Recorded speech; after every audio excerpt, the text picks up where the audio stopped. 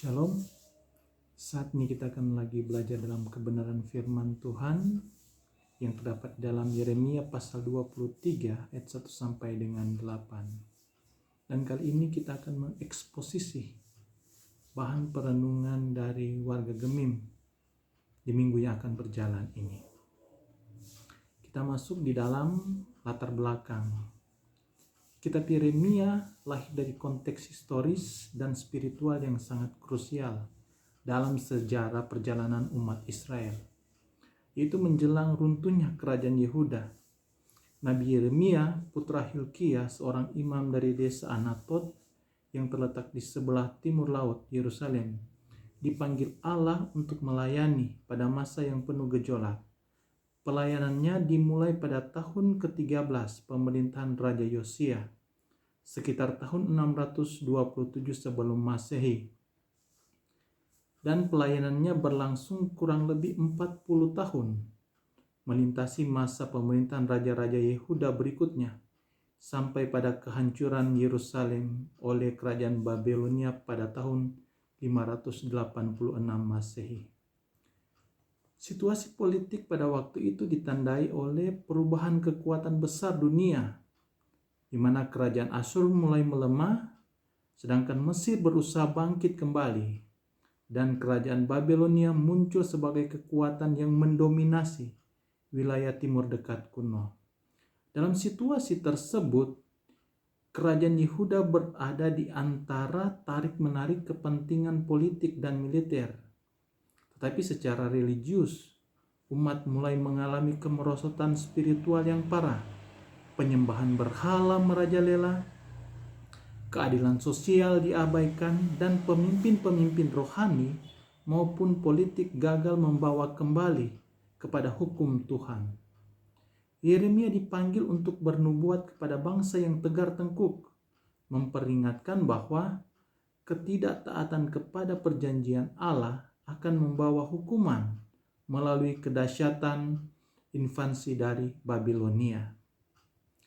Namun, kitab ini atau kitab Yeremia bukan hanya memuat pesan penghakiman, tetapi dalam pemberitaan Yeremia juga menyampaikan pengharapan tentang pemulihan, termasuk janji perjanjian baru. Dapat dilihat dalam Yeremia pasal 31 ayat 31 sampai dengan 34, di mana perjanjian yang baru ini menjadi salah satu puncak teologi dari perjanjian lama. Dengan demikian, kitab Yeremia mencerminkan pergumulan seorang nabi yang setia menyampaikan firman Allah di tengah bangsa yang menolak pertobatan, sekaligus menjadi saksi lahirnya harapan baru setelah masa pembuangan. Dan kita akan mau melihat lagi latar belakang dari teks atau Yeremia pasal 23 ayat 1 sampai dengan 8. Di mana Yeremia pasal 23 ayat 1 sampai 8 ini memiliki konteks historis dan teologis yang berkaitan dengan masa krisis kerajaan Yehuda menjelang kehancurannya akibat ketidaktaatan bangsa kepada Allah dan penindasan yang dilakukan oleh para pemimpin rohani serta politik yang gagal mengembalakan umat dengan benar. Pada waktu itu, bangsa Yehuda mengalami penderitaan dan kehancuran karena para pemimpin, termasuk para imam dan nabi palsu, menyalahgunakan jabatan demi keuntungan sendiri, mengabaikan tanggung jawab mengembalakan umat Allah dengan baik. Secara teologis, bagian ini menubuatkan penghakiman Allah atas para pemimpin itu dan janji kedatangan Tunas atau Mesias yang akan menjadi gembala yang adil dan benar bagi umatnya. Tunas ini diharapkan membawa keadilan, keselamatan, dan pemulihan yang lebih besar daripada masa pembebasan dari perbudakan di Mesir. Allah berjanji akan mengumpulkan kembali sisa umatnya dari pembuangan dan memulihkan mereka di tanah mereka sendiri. Bukan hanya sebagai pemulihan fisik, tetapi juga restorasi hidup secara menyeluruh yang mencerminkan keadilan dan kemuliaan Allah. Dengan demikian, Yeremia pasal 23 ayat 1 sampai dengan 8 menyampaikan peringatan keras sekaligus pengharapan baru yang mengandung janji mesianik dan pemulihan total bagi umat Israel, yang menggambarkan dengan kasih dan keadilan Allah yang teguh bahkan di tengah masa penghakiman dan penderitaan bangsa Yahudi. Konteks ini sangat berkaitan dengan situasi sejarah menjelang kejatuhan Yerusalem dan pembuangan ke Babel, sekaligus memberikan gambaran teologis tentang harapan keselamatan dan restorasi ilahi yang menyeluruh dalam perjalanan sejarah umat Israel. Kemudian dalam pembacaan ini ada beberapa pokok penting yang menjadi penekanan.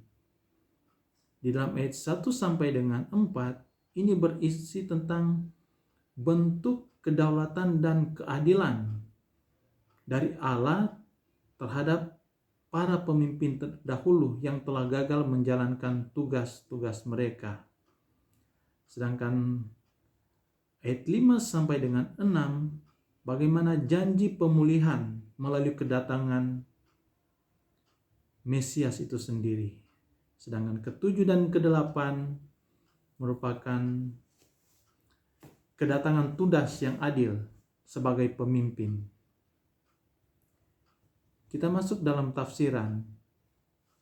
Di dalam ayat 1 dan 2 berbicara tentang kedaulatan dan keadilan Allah. Allah berdaulat dan akan meminta pertanggungjawaban para pemimpin atas tindakan mereka. Keadilannya memastikan bahwa mereka yang gagal dalam tugas, mereka akan menghadapi konsekuensi atau mendapat penghukuman.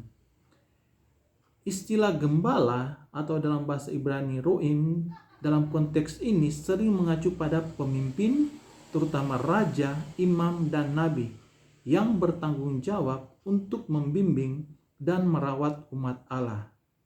Di Israel kuno, para gembala ditugaskan dengan perlindungan dan bimbingan kawanan domba mereka.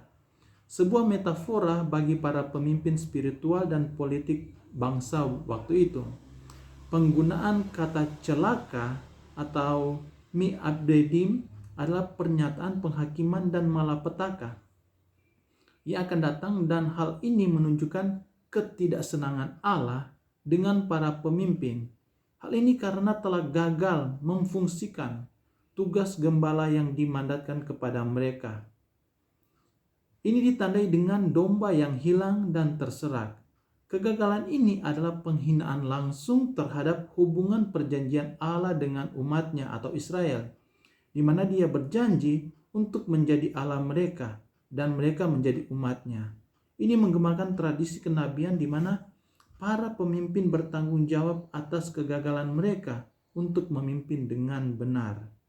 Di ayat yang kedua merupakan bentuk keadilan Tuhan yang berjanji untuk meminta pertanggungjawaban bagi para pemimpin atas tindakan mereka dan akan menghukum para pemimpin yang telah gagal dalam menjalankan tugas mereka.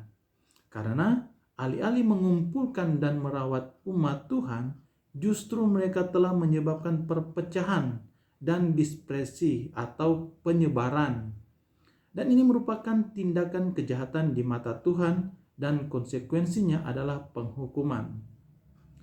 Para pemimpin bertanggung jawab kepada Allah atas perhatian dan bimbingan orang-orang yang dipercayakan kepada mereka. Mereka harus memimpin dengan integritas dan kesetiaan, mengakui peran mereka sebagai pelayan umat Tuhan.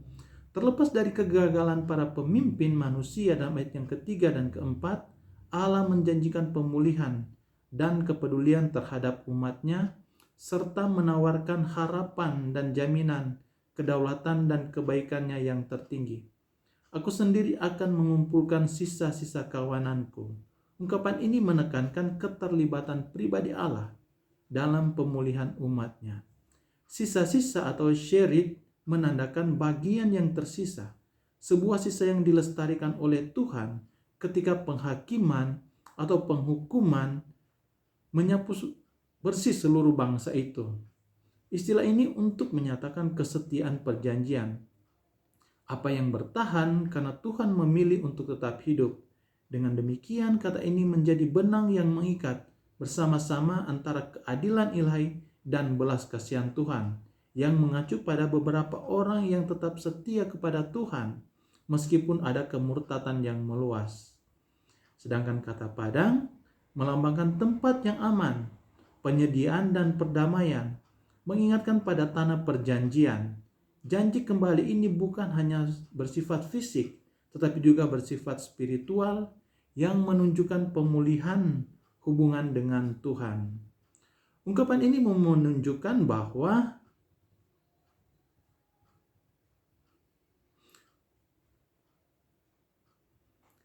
niat Allah untuk menunjuk pemimpin yang akan merawat umatnya. Peran para gembala dalam konteks ini adalah merawat, memelihara, dan menuntun umat Allah dengan setia. Hal ini menjadi kontras tajam dengan para pemimpin sebelumnya yang telah lalai dan gagal menjalankan tanggung jawabnya, sehingga membuat umat tersesat dan tercerai-berai. Ketika gembala menjalankan tugasnya dengan benar, setia pada firman, peduli pada kesejahteraan umat, dan memimpin dengan integritas, maka kawanan yang mereka pimpin tidak akan hidup dalam ketakutan, keterkejutan, ataupun kebimbangan. Mereka juga tidak akan hilang atau tersesat, sebab kehadiran dari gembala yang sejati membawa jaminan keamanan atau arah dan pemeliharaan yang konsisten sesuai dengan kehendak Allah. Ungkapan sesungguhnya berfungsi sebagai penarik perhatian dan penanda bahwa pesan yang akan disampaikan memiliki bobot teologis yang penting. Frasa waktunya akan datang merupakan formula kenabian umum dalam Perjanjian Lama, digunakan untuk memperkenalkan sebuah peristiwa besar di masa depan yang ditetapkan oleh Allah sendiri. Sedangkan istilah menumbuhkan atau dalam bahasa Ibrani-nya semach adalah gelar mesianis yang melambangkan pertumbuhan, pembaruan, dan kehidupan baru dari Allah bagi umatnya. Sebutan tunas adil merujuk pada seorang pemimpin dari garis keturunan Daud yang akan mewujudkan kebenaran dan keadilan, sebagai kontras terhadap para pemimpin yang telah gagal dalam mereka melaksanakan tugas panggilannya. Sosok Mesias ini digambarkan sebagai raja yang memerintah dengan kebijaksanaan dan pengertian, memenuhi konsep kerajaan ideal yang diharapkan dalam seluruh kitab suci. Nilai keadilan dan kebenaran menjadi tema utama dalam suara kenabian yang mencerminkan karakter Allah dan standarnya bagi para pemimpin umat. Visi ini bukan sekedar gambaran politik, melainkan pengharapan eskatologis akan masyarakat yang dipulihkan, adil dan damai, yang pada akhirnya mencapai kepenuhannya dalam pemerintahan Mesias dalam kerajaan Tuhan yang akan datang. Ungkapan pada zamannya menunjuk pada masa pemerintahan Mesias di masa depan, suatu periode yang diantisipasi oleh para nabi ketika keturunan Daud yang dijanjikan akan menegakkan kerajaan yang dicirikan oleh suatu keadilan dan kebenaran. Frasa ini menandai suatu era khusus dari intervensi ilahi ketika janji-janji Allah kepada umat Israel mencapai pemenuhannya secara nyata dalam sejarah mereka. Visi mengenai penyatuan Yehuda dan Israel di bawah satu pemerintahan damai menegaskan tema penting kenabian. Pernyataan bahwa Yehuda akan dibebaskan dan Israel akan hidup dengan tentram mencerminkan gambaran tentang umat Allah yang dipulihkan, hidup dalam harmoni dan menikmati keselamatan yang bersumber dari Allah sendiri.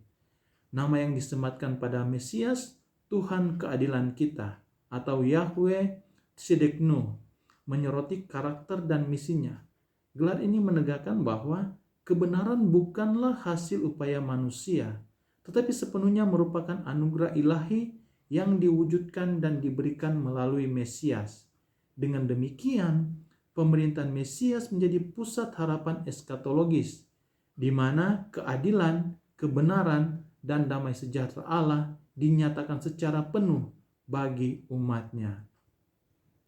Kata melainkan menandai adanya pergeseran penting dalam cara umat akan berbicara tentang pembebasan Allah. Sebelumnya, dari peristiwa Eksodus dari Mesir merupakan titik referensi utama bagi tindakan keselamatan Tuhan. Peristiwa yang mendefinisikan identitas Israel dan menjadi pusat memori iman mereka. Namun kontras yang diperkenalkan di sini menunjukkan bahwa sebuah karya ilahi yang baru dan lebih besar akan menjadi acuan utama di masa yang akan datang. Peristiwa yang dampak dan kepentingannya akan melampaui dari peristiwa Eksodus yang pertama. Hal ini dinyatakan dalam ungkapan tanah utara yang merujuk pada Babel, tempat umat Yehuda diasingkan dengan menyebut daerah ini. Teks ini menegaskan bahwa Allah yang dahulu membebaskan Israel dari tanah Mesir kini akan bertindak sebagai penyelamat yang sama dalam konteks pembuangan.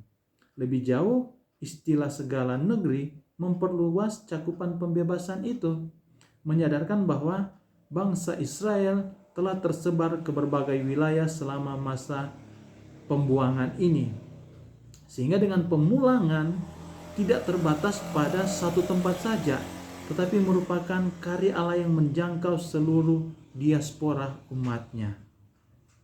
Pemulangan mereka ke tanah perjanjian dipahami sebagai Eksodus kedua, sebuah tindakan pembebasan yang baru yang menekankan kesetiaan Allah yang tidak berubah kepada umatnya. Janji pemulihan ke tanah air ini merupakan inti dari hubungan perjanjian antara Allah dan umatnya. Sebagaimana ia memanggil mereka keluar dari tanah Mesir, demikian pula ia akan mengumpulkan mereka kembali dari pembuangan untuk memulihkan identitas, ibadah, dan kehidupan bangsa tersebut sesuai dengan ketetapannya. Sahabat rohani yang diberkati oleh Tuhan kita Yesus Kristus, dari pembacaan ini ada beberapa hal penting yang mau disampaikan oleh Nabi Yeremia kepada kita di masa sekarang ini, yaitu bahwa janji Allah untuk mengatasi kesalahan yang dilakukan oleh para pemimpin menegaskan ia bukan hanya Allah yang melihat, tetapi juga Allah yang bertindak. Dalam Yeremia pasal 23 ini, penyimpangan para gembala yang seharusnya melindungi, memelihara, dan menuntun umat menjadi bentuk penyelewengan serius terhadap mandat ilahi. Mereka bukan saja gagal menjalankan tugas, tetapi justru menyebabkan umat tercerai-berai, rentan, dan kehilangan arah. Akhirnya, janji Allah untuk menegur, menghukum, dan membenahi kepemimpinan yang telah gagal itu juga mempersiapkan jalan bagi penggenapan tertinggi dalam kepemimpinan Mesias, Raja yang adil dan Gembala yang benar, yang akan memimpin bukan untuk kepentingan diri sendiri, tetapi untuk keselamatan dan kesejahteraan umat Allah.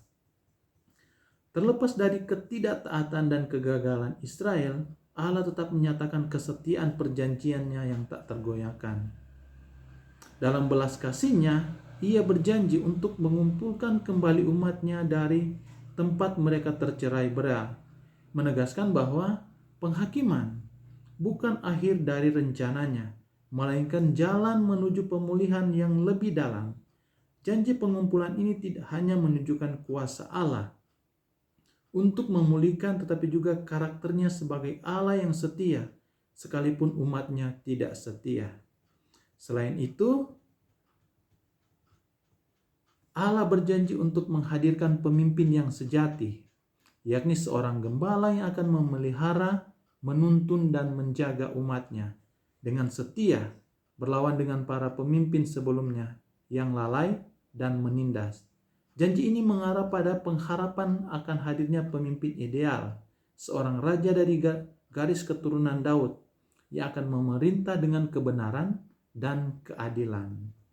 Dalam terang perjanjian baru, penggenapan tertinggi dari janji ini ditemukan dalam pribadi Yesus Kristus, Sang Mesias dan Gembala yang baik, Yohanes 10 ayat 11. Dialah yang tidak hanya memulihkan umat Allah, tetapi juga memberikan hidupnya bagi kawanan dombanya.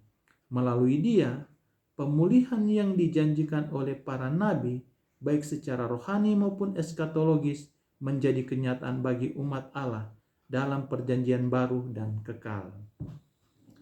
Gelar mesianis yang ditujukan kepada seorang raja di masa depan dari garis keturunan Daud, sosok yang dijanjikan oleh para nabi sebagai pemimpin yang penuh keadilan dan kebenaran. Dalam keyakinan Kristen, gelar ini mencapai penggenapan sepenuhnya dalam pribadi Yesus Kristus, Sang Mesias yang dijanjikan. Kebenaran yang dimaksud bukanlah hasil usaha manusia atau pencapaian moral yang mandiri. Sebaliknya, kebenaran itu adalah anugerah Allah yang diberikan kepada semua orang percaya kepada Kristus. Dengan demikian, gelar Tuhan keadilan kita menemukan makna terdalamnya dalam karya Kristus, yang melalui hidup, kematian, dan kebangkitannya memberikan kepada umatnya kebenaran yang tidak dapat mereka hasilkan sendiri. Melalui iman kepada Yesus Kristus, orang percaya menerima kebenaran Allah, sebuah kebenaran yang membenarkan, menguduskan, dan memampukan umatnya untuk hidup sebagai bangsa yang dipulihkan. Dalam diri Kristus, janji tentang Tuhan yang benar tidak hanya menggenapi secara eskatologis, tetapi juga menjadi realitas hidup bagi orang yang menerimanya. Pelepasan yang baru di dalam Kristus menunjukkan puncak dari seluruh karya penebusan Allah. Jika dalam perjanjian lama Allah membebaskan umatnya dari perbudakan Mesir atau pembuangan Babel, maka dalam perjanjian baru Ia memberikan pembebasan yang jauh lebih tinggi, pembebasan dari dosa, maut, dan kuasa kegelapan. Melalui Yesus Kristus, Allah menggenapi janjinya mengenai perjanjian baru, yaitu hubungan yang ditandai oleh pengampunan, pembaruan hati, dan keselamatan yang kekal. Kesetiaan Allah nampak sangat jelas di sini, sekalipun umat manusia terus bergumul dengan ketidaksetiaan, kelemahan, dan kegagalan. Allah tidak pernah menarik kembali janji-janjinya. Ia tetap konsisten dengan karakternya, penuh kasih setia, benar, dan tidak berubah. Karena itu, orang percaya didorong untuk menaruh kepercayaan penuh kepada Allah, sebab apa yang dijanjikannya pasti Ia genapi. Kesetiaan Allah bukan sekedar doktrin, tetapi fondasi pengharapan akan umatnya. Sebagai umat Allah yang telah ditebus, kita dipanggil untuk hidup dengan cara yang mencerminkan karya penebusan. Identitas baru yang kita terima di dalam Kristus harus nyata dalam kehidupan sehari-hari melalui kasih, keadilan, kerendahan hati, dan pelayanan. Kehadiran kita di tengah dunia seharusnya membawa dampak yang memuliakan Allah, menjadi saksi tentang kasih karunia-Nya, menghadirkan damai sejahtera-Nya, dan menunjukkan bahwa hidup yang telah dibebaskan oleh Kristus adalah hidup yang dipimpin oleh Roh dan bertumbuh dalam kebenaran. Nubuatan mengenai Raja yang bijaksana dan adil dalam Yeremia pasal 23 ini bukan hanya pesan penghiburan bagi bangsa Israel di saat itu, tetapi juga menjadi panggilan etis dan spiritual bagi umat Tuhan di masa kini. Dalam dunia yang ditandai krisis moral, penyalahgunaan kekuasaan, kepemimpinan yang rapuh, dan ketidakpastian sosial, umat Allah dipanggil untuk meladeni karakter Sang Raja Mesias, yaitu Yesus Kristus dalam seluruh aspek kehidupan. Saat menanti kedatangannya yang kedua, gereja harus berfokus pada pemulihan hubungan dengan Tuhan, bukan bergantung pada kepemimpinan manusia yang rapuh. Seperti Mesias yang digambarkan sebagai tunas adil, umat Allah dipanggil untuk mempraktekkan keadilan dan kebenaran dalam kehidupan sehari-hari. Tuhan Yesus memberkati kita sekalian, dan Shalom.